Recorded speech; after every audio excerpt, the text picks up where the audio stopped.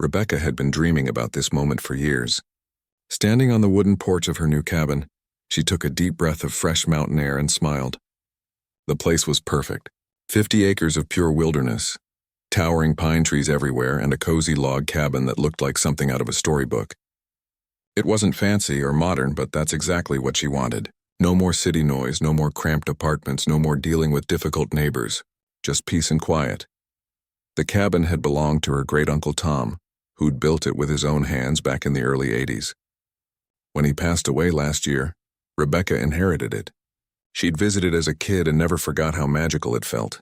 Now, after years of saving every penny, she'd finally quit her stressful job and decided to make this her permanent home. She was going to write her book, grow vegetables, and maybe even get some chickens.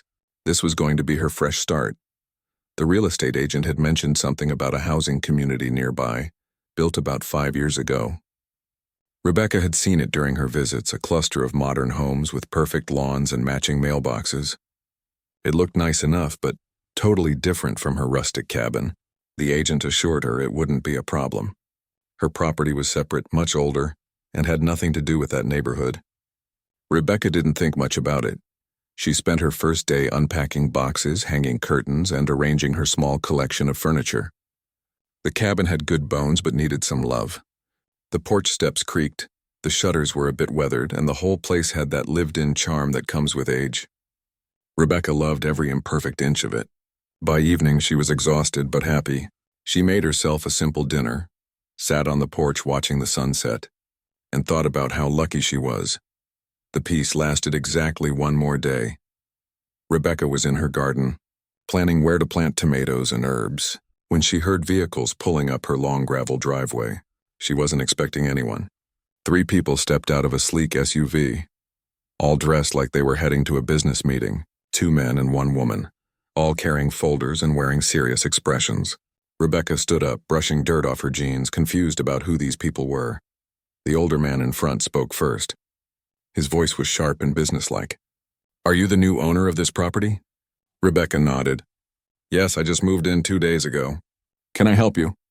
"We're from the Pine Valley Homeowners Association," the woman said, looking at Rebecca like she'd just tracked mud through a clean house. "I'm the vice president. We need to discuss several urgent matters regarding your property." Rebecca blinked. "I'm sorry, but I'm not part of any homeowners association. This cabin has been in my family for decades." The younger man, who introduced himself as the treasurer, shook his head. "That's not how it works. Your property falls within our community boundaries. You're subject to our rules and regulations whether you like it or not." The president, the older man who'd spoken first, opened his folder and pulled out a thick stack of papers. He handed them to Rebecca without ceremony. "These are your violation notices. We've already documented numerous issues that need immediate correction." Rebecca stared at the papers in her hands, her mind racing. Violations? She'd been here 2 days. She flipped through the pages, reading words that made no sense. Her cabin was described as an unapproved structure that didn't meet community aesthetic standards. Her garden area was unauthorized landscaping. Her gravel driveway needed to be replaced with approved paving materials. Even her firewood stack was mentioned as improperly stored materials. "This can't be serious," Rebecca said, looking up at the 3 stern faces. "My cabin was built 40 years ago. It was here long before your neighborhood existed." The vice president crossed her arms. "Previous ownership doesn't exempt you from current standards. Our community has worked hard to maintain property values and aesthetic consistency. Your property, frankly, brings down the entire neighborhood." Rebecca felt her face getting hot. "Brings down the neighborhood? This is a hand-built log cabin on 50 acres of private land. I'm not even in your neighborhood."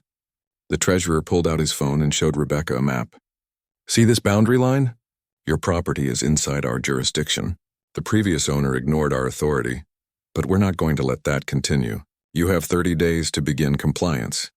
"Compliance with what exactly?" Rebecca asked, trying to keep her voice steady. The president flipped to a page in his folder. "The cabin needs to be renovated or replaced with an approved structure. The exterior must be repainted in approved colors, or better yet, resided with modern materials. Your driveway must be paved. All landscaping must be submitted for approval. No vegetable gardens are allowed in front yards. All outbuildings must be removed or brought to code." Rebecca did some quick math in her head. What they were describing would cost well over $100,000. Money she absolutely didn't have. She'd spent nearly everything she had buying the place and moving. "I can't afford any of this," Rebecca said quietly. "And I shouldn't have to. This is my property, and it's not part of your HOA. The three board members exchanged looks. The vice president spoke next, her voice dripping with fake sympathy. "We understand this is overwhelming. That's why we're giving you 30 days before we take legal action. We'll be holding a hearing to discuss appropriate measures. You'll receive a formal notice with the date and time." "Legal action?"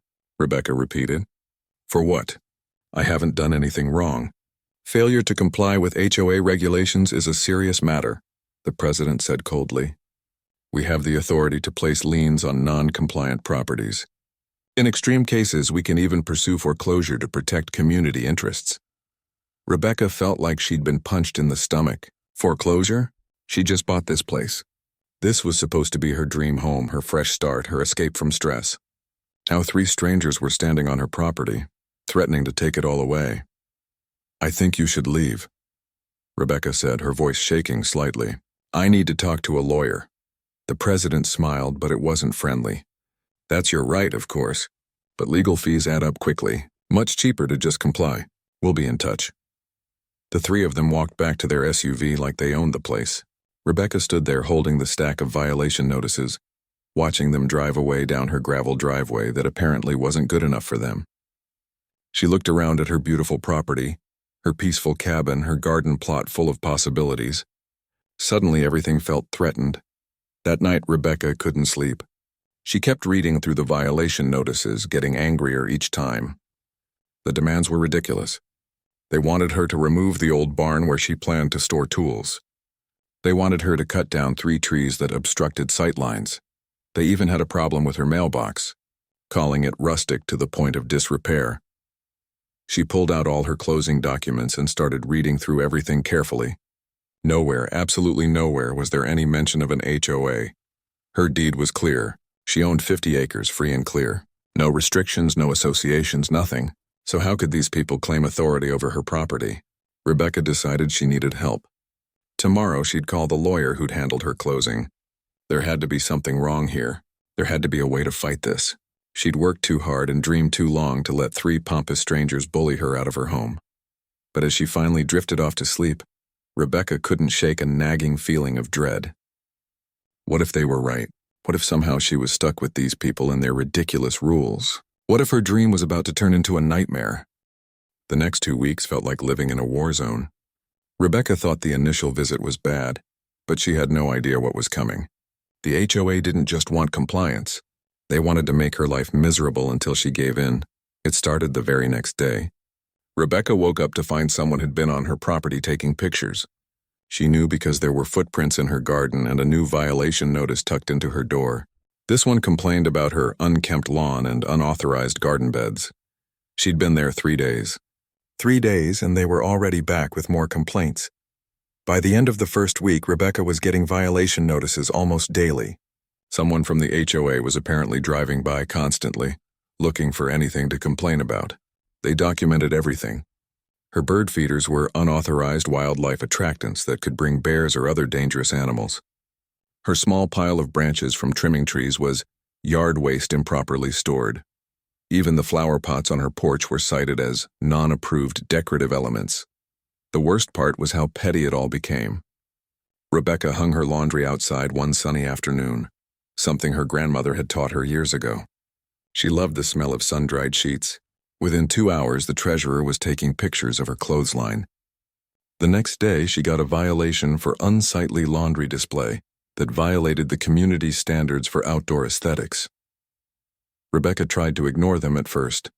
She kept unpacking, kept working on her cabin, kept planning her garden, but the harassment was constant.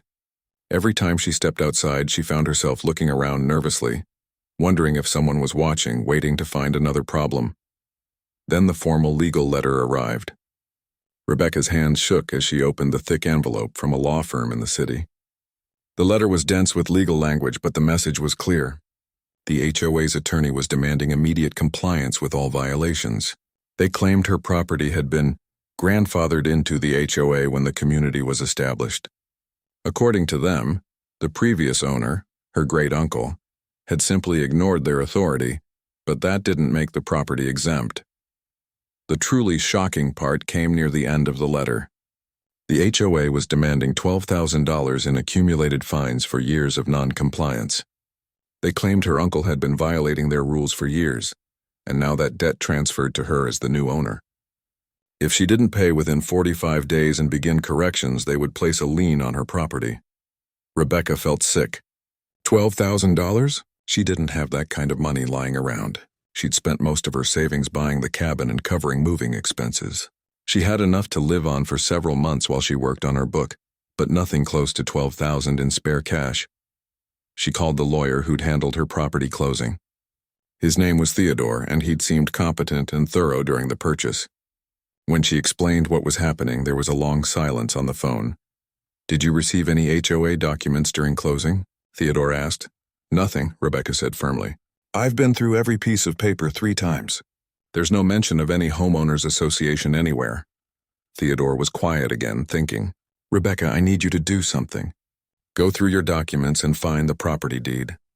Look at the legal description very carefully. Also, look for anything mentioning easements or adjacent properties.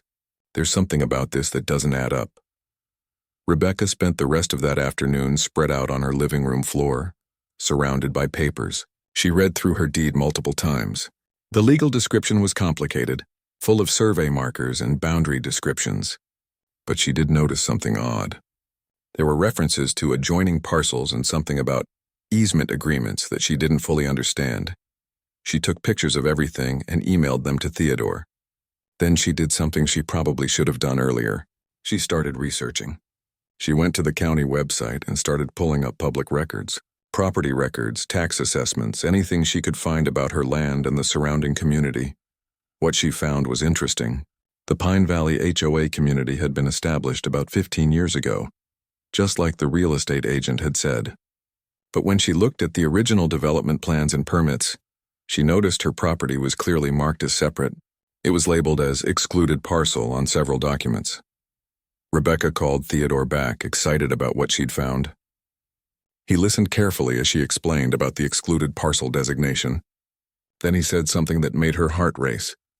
"Rebecca, I'm going to do some deeper digging into the property history, the original sale of that land to the developer, the HOA founding documents, all of it.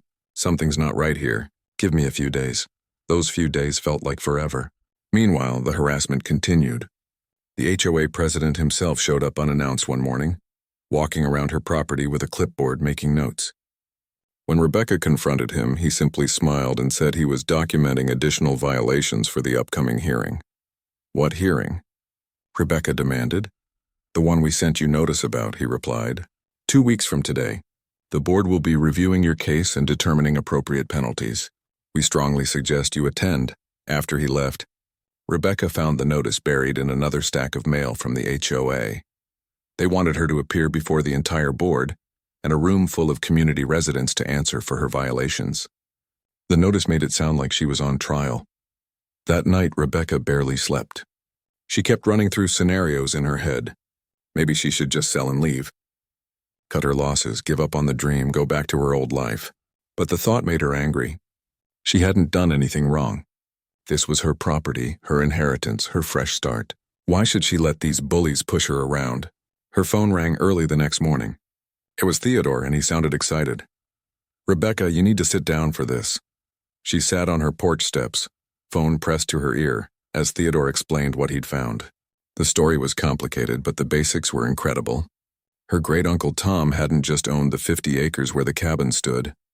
Originally, he'd owned 200 acres, the entire area where both her cabin and the Pine Valley community now existed. About 15 years ago, Tom had sold most of that land to a development company. They'd built the HOA community on it. But here's where it got interesting. The sale wasn't a simple purchase. It was structured as a land lease. The developer bought the right to build and sell houses, but Tom retained ownership of the actual land underneath. It was a 99-year lease agreement.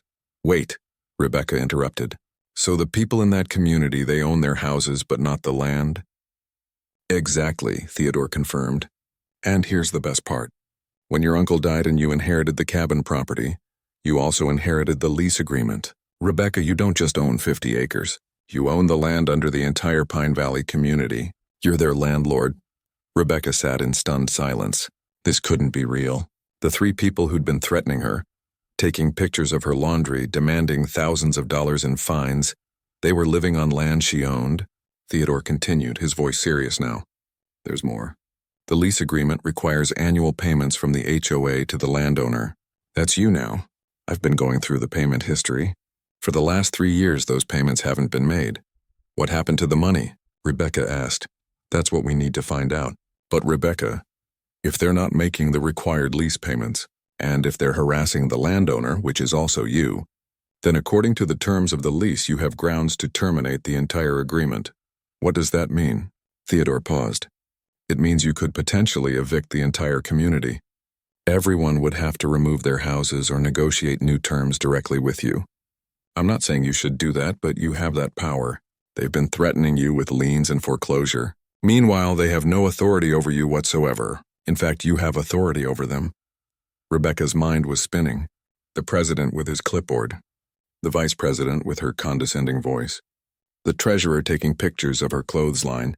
None of them had any idea who they were messing with. What do we do next? Rebecca asked. Well, that hearing they want you to attend, Theodore said, and she could hear the smile in his voice. I think we should definitely go to that. But we're going to bring some documents of our own. Let's see how they react when they find out the truth. Rebecca hung up and looked around her property with completely new eyes. The cabin, the trees, the garden, all of it was still hers.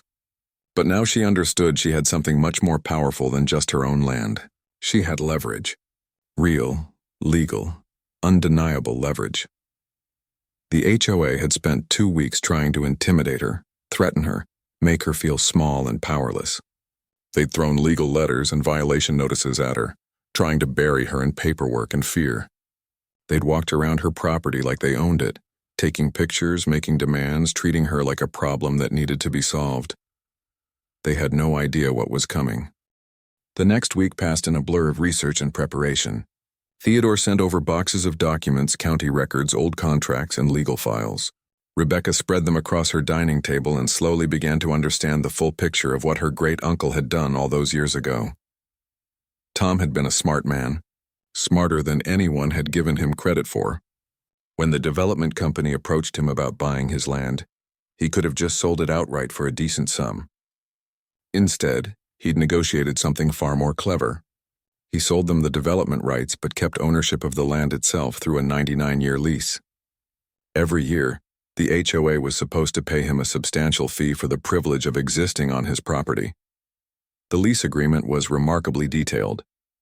Theodore walked Rebecca through it over the phone, explaining each important section. The developer could build homes and sell them to individual buyers. Those buyers would own their structures but not the ground beneath them. The HOA was responsible for collecting fees from homeowners and making the annual lease payment to the landowner. But there were conditions. Important ones.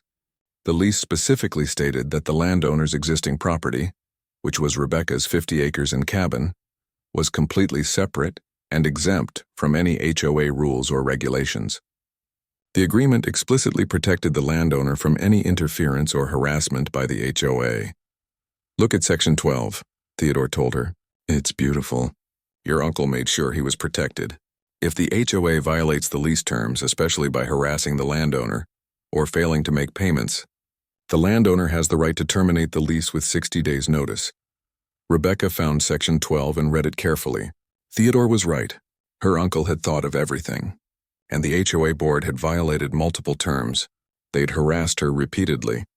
They'd threatened legal action. They'd trespassed on her property to take photos. And according to Theodore's research, they'd been pocketing the lease payments instead of sending them to Tom's estate and now to her. How much money are we talking about? Rebecca asked. Theodore did some calculations. Based on the annual payment amount and 3 years of missing payments plus interest as specified in the contract, they owe you approximately $180,000. Rebecca nearly dropped the phone. $180,000. The same people who were demanding $12,000 from her owed her more than 15 times that amount. The irony was almost funny. Almost. There's something else you should know, Theodore continued. I've been looking at the HOA's public financial records. They're required to file certain documents with the county. Their reported expenses don't match up with what they should be paying out. The money they owe you seems to have disappeared into something they're calling special maintenance funds and emergency reserves. They're stealing it, Rebecca said flatly. That's a strong word, but yes, that's what it looks like. They've been collecting extra fees from homeowners, supposedly for these special funds. But those funds seem to be way larger than necessary. My guess is the board members have been using that money for personal benefit. Rebecca thought about the president's expensive SUV, the vice president's designer clothes, the treasurer's constant talk about property values. They'd been stealing from their own community while threatening her with legal action for violations she hadn't committed. So what's our plan for the hearing? Rebecca asked. Theodore's voice took on a tone that reminded Rebecca of a cat playing with a mouse. We're going to let them talk first. Let them make their case, show their evidence, make their demands. Then we're going to present our documents. I want to see their faces when they realize who you actually are. The day of the hearing arrived. Rebecca dressed simply but professionally. She wanted to look put together, but not like she was trying too hard. Theodore met her in the parking lot of the community center, carrying a leather briefcase full of documents. Remember, he said as they walked to the entrance, stay calm no matter what they say. Don't let them see you angry or upset. We have all the cards here. We just need to play them at the right moment. The community center was packed. Rebecca hadn't expected so many people. Rows of chairs were filled with residents all talking quietly among themselves. They stopped and stared as Rebecca walked in. She could feel their judgment, see it in their eyes. To them, she was the problem neighbor who didn't belong, who was bringing down their precious property values with her old cabin and rustic lifestyle. The board sat at a long table at the front of the room, looking official and important. The president was in the center, flanked by the vice president and treasurer. They had a laptop set up, ready for what looked like a presentation. When the president saw Rebecca, he smiled, that cold, unfriendly smile she'd come to recognize. Ms. Rebecca, thank you for joining us, he said loudly, making sure everyone heard. And you brought legal representation. How fortunate. Theodore just smiled and nodded, taking a seat next to Rebecca in the front row. The president called the meeting to order and launched into what was clearly a prepared speech. He talked about community standards, property values, and the importance of everyone following the rules. He made it sound like Rebecca was a danger to their entire way of life. Then came the slideshow. They'd put together an actual presentation with photos of Rebecca's property. Her cabin was circled in red, labeled as non-compliant structure. Her garden beds were marked as unauthorized landscaping. They had photos of her firewood, her bird feeders, even her old pickup truck parked in her driveway, all presented as evidence of her violations. The vice president took over next, reading through each violation in detail.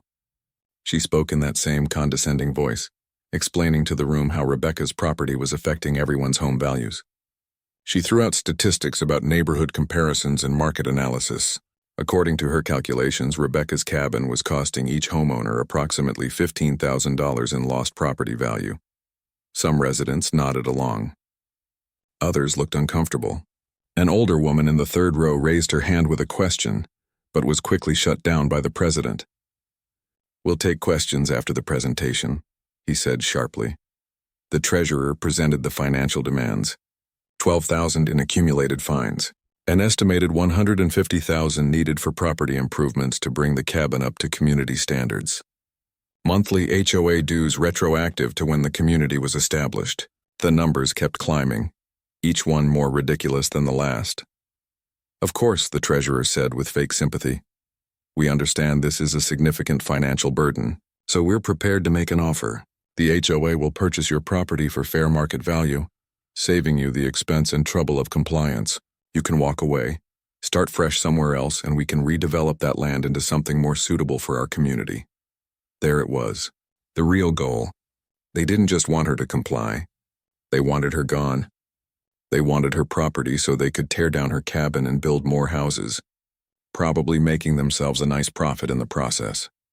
Rebecca felt Theodore's hand briefly touch her arm, a silent reminder to stay calm.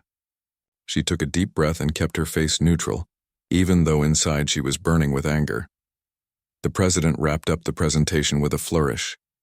So, Ms. Rebecca, you have a choice. Accept our generous offer, comply with all regulations and pay all fines, or face legal action that will result in liens, foreclosure, and ultimately the loss of your property anyway. We're giving you an opportunity to make this easy. What do you say? The room was silent. Everyone was watching her, waiting for her response. Some looked sympathetic, many looked satisfied, like they were watching justice being served. The board members looked confident, almost smug. They thought they'd won. They'd presented their case, shown their evidence, backed her into a corner with no way out. Rebecca looked at Theodore. He gave her a small nod and stood up slowly. Before my client responds, he said calmly, I'd like to present some documents for the board's review. I think everyone here should see them. The president frowned. We're not interested in excuses or legal maneuvering. The violations are clear. Oh, I agree, Theodore said smoothly. Everything is very clear. Crystal clear, in fact. He opened his briefcase and pulled out a thick folder. These are the original land lease agreements from when this community was developed. I have copies for the board and several for community members to review. He walked up to the table and handed the president a folder. The man opened it with obvious irritation, expecting more paperwork to dismiss. But as he started reading, his expression changed. Confusion first, then disbelief, then something that looked a lot like fear. The vice president leaned over to look. Her eyes went wide. The treasurer grabbed the papers, his hand starting to shake slightly as he read. This can't be right, the president stammered. It's absolutely right, Theodore said. Every document there is filed with the county. Public record, verified and authenticated. Would you like me to explain it to everyone, or would you prefer to do it yourself? The president opened his mouth, closed it, opened it again. No words came out. The vice president had gone very pale. The treasurer actually stood up from his chair, knocking it backward slightly. An older man in the audience called. People were on their feet shouting questions. Some were angry at the board. Others were confused and scared. A few were directing their questions at Rebecca, wanting to know if their homes were in danger. The noise level in the community center was overwhelming. The president banged a gavel on the table, trying to restore order. Everyone calm down. This is clearly some kind of misunderstanding. Our attorneys reviewed all property documents when the community was established. Theodore's voice cut through the chaos, calm and clear. Then your attorneys missed something crucial. Or perhaps they didn't miss it at all. Perhaps they knew exactly what they were doing. He pulled out more papers from his briefcase. These are payment records. The lease requires an annual payment from the HOA to the landowner. For the past 3 years, those payments haven't been made. A woman in the front row stood up. She looked like she was in her 60s with sharp eyes and a no-nonsense expression. I'm an accountant. I want to see the HOA's financial records. Right now. The president tried to wave her off. That's not necessary. This is all a mistake that will be sorted out through proper channels. Sit down, Richard, the woman said firmly. I've been asking to audit our books for 2 years. You've blocked me every time. If what this lawyer is saying is true, I want to know where our money has been going. Other residents started agreeing. Voices rose again, this time directed at the board. Theodore waited for a moment, then held up his hand. The room gradually quieted, everyone wanting to hear what else he had to say. The lease agreement had very specific terms, Theodore continued. The landowner's existing property was explicitly excluded from any HOA authority. That's Ms. Rebecca's 50 acres and cabin. The board had no right to issue violations, no right to demand compliance, no right to threaten legal action. Every letter they sent, every fine they imposed, every threat they made was completely without authority. The vice president finally found her voice. We were operating on advice from our legal counsel. We believed in good faith that all properties in the development area fell under our jurisdiction. Good faith? Rebecca spoke for the first time, her voice steady but filled with emotion.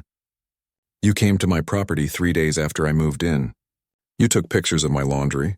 You called my cabin an eyesore. You threatened to take away my home. That's not good faith. That's harassment. The treasurer tried a different approach.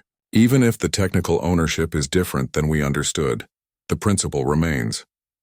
Your property doesn't meet community standards. It affects all of us. The accountant woman spun around to face him. Dennis, shut up. Just shut up. You've been telling us for years that our fees are necessary for maintenance and improvements. Where's that money? If we owe this woman 3 years of lease payments, where did that money go? Dennis's face went red. That's in our emergency reserves and special maintenance funds. It's all properly allocated. Show me the allocation, the woman demanded. Show everyone here exactly where every dollar went. The president tried to regain control. This isn't the appropriate forum for a financial review. We'll schedule a separate meeting to address budget questions. Right now, we need to focus on the issue at hand. The issue at hand, Theodore said, is that your board has been misappropriating funds, harassing the landowner in violation of your lease agreement, and attempting to fraudulently claim authority you don't have. Those are serious issues. Criminal issues, potentially. The room went silent. Even the people who'd been defending the board looked shocked. Criminal charges. This had gone from a property dispute to something much more serious very quickly. A younger man in the back stood up. I'm a lawyer. Corporate law, not real estate, but I know enough to recognize fraud when I hear about it. If the board knew about this lease agreement and deliberately hid it while collecting extra fees, that's criminal fraud. If they didn't know and were just incompetent, that's still a breach of fiduciary duty. More residents were pulling out their phones, some taking pictures of Theodore's documents, others apparently texting or calling people. The energy in the room had completely shifted. This was no longer a hearing about Rebecca's violations. This had become a reckoning for the board. The vice president, looking desperate, tried to appeal to the crowd. Everyone needs to calm down and think rationally. Even if the ownership situation is complicated, we're still a community. We still have standards to maintain. Rebecca's property is still negatively impacting all of you. Your property values are still affected. Are they, though? Called out a man from the middle of the room. Or have you just been telling us that to justify your fees and your rules? My house was appraised last month. The value was higher than I expected. If Rebecca's cabin is such a problem, why hasn't it affected my appraisal? The accountant woman pulled out her phone. I'm looking at recent home sales in this community. 3 houses sold in the last 6 months, all at or above asking price, all appraised higher than comparable properties in neighboring areas. So where's this value loss you keep talking about? The president slammed his hand on the table. This is getting out of control. We're adjourning this meeting immediately. No, said Rebecca, standing up. Her voice wasn't loud, but something in her tone made everyone stop and listen. You called this meeting. You dragged me here to answer for violations I didn't commit. You showed pictures of my property to everyone here, trying to make me look like the bad guy. Now you're going to sit there and listen to what I have to say. Theodore put a hand on her arm, a gentle reminder to stay measured, but nodded for her to continue. Rebecca looked around the room at all the faces watching her. I inherited my cabin from my uncle, she said. He built it with his own hands 40 years ago. It's not fancy. It's not modern. But it's mine, and it's full of memories and love and hard work. I moved there to start over, to find some peace, to build a life I could be proud of. She turned to face the board. You showed up 2 days after I arrived and immediately started threatening me. You made me feel like I didn't belong, like I was the problem. You sent me violation notices for hanging laundry and planting flowers. You took pictures of my property like you were building a case against a criminal. The vice president tried to interrupt, but Rebecca kept going. You demanded $12,000 in fines. You threatened to take my home. You offered to buy my property so you could tear it down and develop it, all while sitting on land that I actually own, land you've been using without paying for it. The treasurer stood up angrily. We have been paying. Our fees cover all operational costs and then some. The accountant woman rounded on him. Then show us. Show us the accounting right now. Pull up the records on that laptop and prove that the lease payments were made. Dennis looked at the president, then at the vice president. None of them moved toward the laptop. The silence was damning. A man in the second row spoke up. He had the look of someone who worked with numbers, someone who understood finances. I've been on the finance committee for 3 years. I've seen our budgets and our reports. We pay approximately $40,000 a year more in fees than comparable HOAs. You told us it was for special reserves. If that money was actually going to a lease payment, it should have been clearly listed as such. It never was. Another resident pulled out her phone. I'm looking at our HOA bylaws right now. There's no mention of any lease agreement. How is that possible if we're supposedly operating under a lease? The president finally lost his composure. We did what we thought was best for the community. The previous landowner was a recluse who never bothered us. We assumed the relationship would continue the same way. When Rebecca showed up, we tried to handle the situation. By lying to me? Rebecca asked. By threatening me? By trying to force me off my own land? Theodore pulled out another document. This is Section 9 of the lease agreement. It gives the landowner the right to terminate the lease if the HOA breaches the terms. Harassment of the landowner is specifically listed as grounds for termination. So is failure to make required payments. People gasped. The implications were clear. If Rebecca terminated the lease, what would happen to their homes?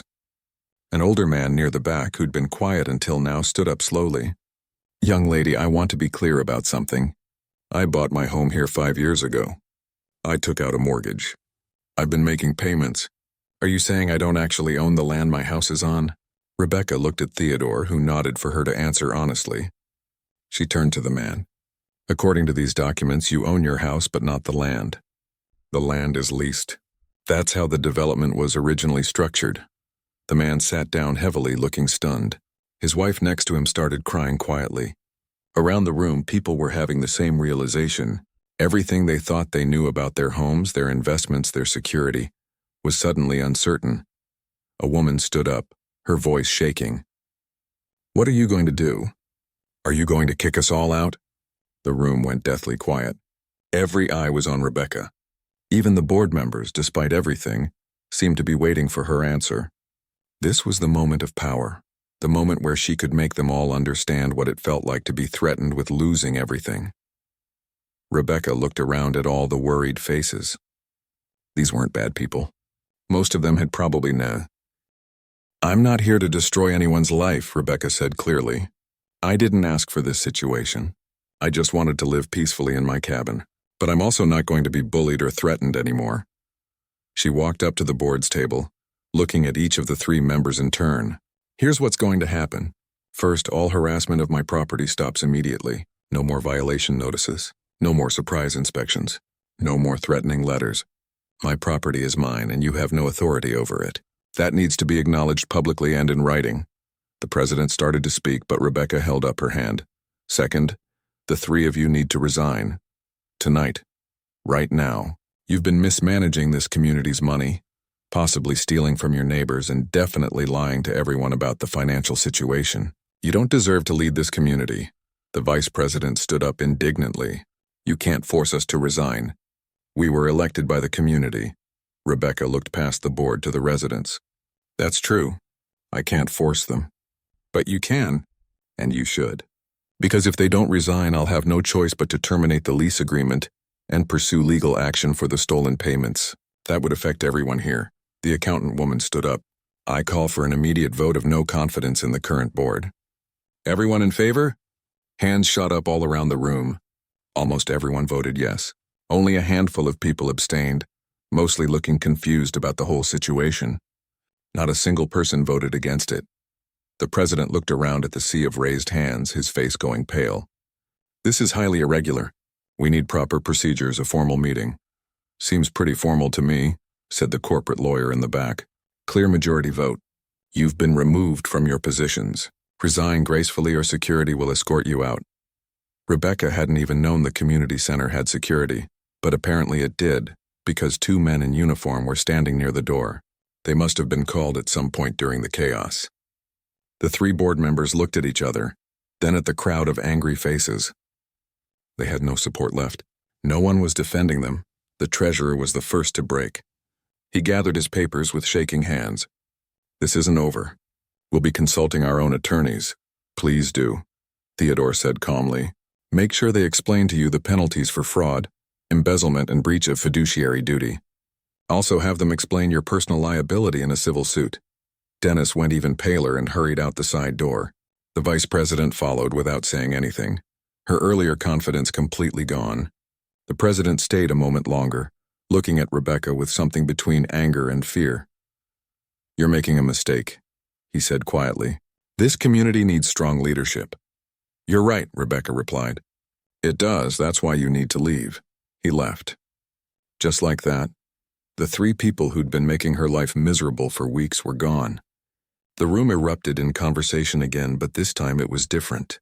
People were talking about what to do next, how to move forward, how to fix what had been broken. The accountant woman took charge naturally. She introduced herself to Rebecca as Patricia and explained that she'd been trying to get the board to be more transparent for years. I knew something was wrong with the finances, but they always blocked my requests for audits. Thank you for exposing them. Over the next hour, a plan came together. Patricia would serve as interim president while new elections were organized. Several other residents volunteered to help form a new board, including the corporate lawyer, a retired project manager, and a teacher who'd been active in community events. They would hire an independent auditor to review all of the HOA's finances from the past 5 years. Rebecca and Theodore met with the interim leadership in a side room. The atmosphere was completely different from the hostile hearing. These people were respectful, apologetic, and eager to make things right. First, Patricia said, "We need to apologize formally. On behalf of this community, I'm sorry for how you were treated. The harassment, the threats, all of it was wrong." Rebecca nodded, accepting the apology. It felt good to hear it, even though it didn't undo the stress of the past weeks. Second, Patricia continued, "We need to address the lease situation. We'll need time to sort through the finances and figure out exactly what happened to the payments. I can already tell you it's going to be bad. I've seen some of the expense reports and they don't add up." Theodore laid out a proposal he and Rebecca had discussed. Ms. Rebecca has no interest in disrupting this community. She wants what was always intended: peaceful coexistence. The lease payments need to resume immediately. The 3 years of back payments plus interest need to be repaid. But we're willing to work out a payment plan that won't financially devastate the HOA. Patricia looked relieved. That's more than fair. We'll need to probably increase fees slightly to cover the legitimate lease payments, but honestly, once we cut out the corruption and waste, we might be able to keep fees about the same. The retired project manager spoke up. What about the violations against Rebecca's property? We need to formally rescind all of them and make it clear her property is separate. Agreed, Patricia said. She looked at Rebecca. We'll draft a formal document acknowledging that your property is not subject to HOA regulations. We'll post it on our community website and send it to every resident. No one will bother you again. They talked for another hour, working through details. Rebecca found herself actually liking these people. They were reasonable, honest, and genuinely trying to do the right thing. It was such a contrast to the previous board. Finally, Theodore brought up the elephant in the room. What about the former board members? Are you planning to pursue charges? Patricia sighed. That depends on what the audit shows. If it's just mismanagement, probably not. If it's actual theft, we'll have no choice. Either way, we'll be pursuing civil action to recover the money. Rebecca added, I'll be filing a formal complaint about the harassment and the threats. Even if nothing criminal comes from it, I want it on record. Over the next few weeks, the community transformed. The audit revealed extensive financial misconduct. The former board members had been funneling money into what they called administrative bonuses and consulting fees, essentially paying themselves extra money that was supposed to go to the lease payments. The total was even worse than Theodore had estimated, nearly $200,000 over 3 years. The community voted to pursue both criminal and civil action. The former president, vice president, and treasurer all faced fraud charges. Their cases were still working through the system, but the evidence was overwhelming. They'd likely be paying restitution for years. The new board was everything the old one wasn't: transparent, honest, and focused on actually serving the community. Patricia turned out to be an excellent leader. She organized regular town halls where anyone could ask questions about the finances. She published detailed budget reports every month. She even started a newsletter to keep everyone informed. The relationship between Rebecca and the community healed gradually. At first, some residents were still wary, worried about the lease situation. But as time passed and Rebecca showed no interest in causing problems, people relaxed. Some even stopped by her cabin to introduce themselves properly, apologizing for not speaking up during the harassment. An older couple brought her a basket of homemade jam. A young family with kids invited her to a community barbecue. The man whose wife had cried during the hearing came by to thank her for not terminating the lease. I know you could have, he said. You would have been within your rights. Thank you for being better than that. Rebecca's cabin became something of a landmark in the community. Instead of being the eyesore the old board claimed it was, it became a point of pride. That's the original cabin, people would tell visitors.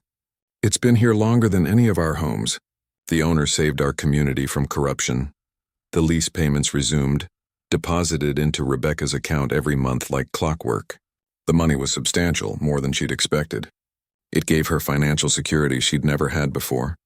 She could focus on her writing, improve her property the way she wanted, and live the peaceful life she'd dreamed of. 6 months after the confrontation, the community held its first annual festival. Patricia invited Rebecca to be a guest of honor. Rebecca almost declined, not wanting to make a big deal of things, but Theodore convinced her to go. "They want to thank you properly," he said. "Let them." The festival was in the community center where the hearing had taken place. It looked completely different now, decorated with streamers and filled with happy people. There was food, music, and games for kids. When Rebecca arrived, people applauded. It was embarrassing and touching at the same time. Patricia gave a short speech talking about how the community had faced a crisis and come through it stronger. She thanked Rebecca publicly for her patience and fairness. "We could have lost everything," Patricia said. "Instead, we gained a reminder of what real integrity looks like." Rebecca said a few words too, keeping it simple. She talked about how scared she'd been at first, how the harassment had made her want to give up. But she also talked about how the community had shown its true character by standing up to corruption and choosing to do the right thing. "Your old board tried to make me Audi,"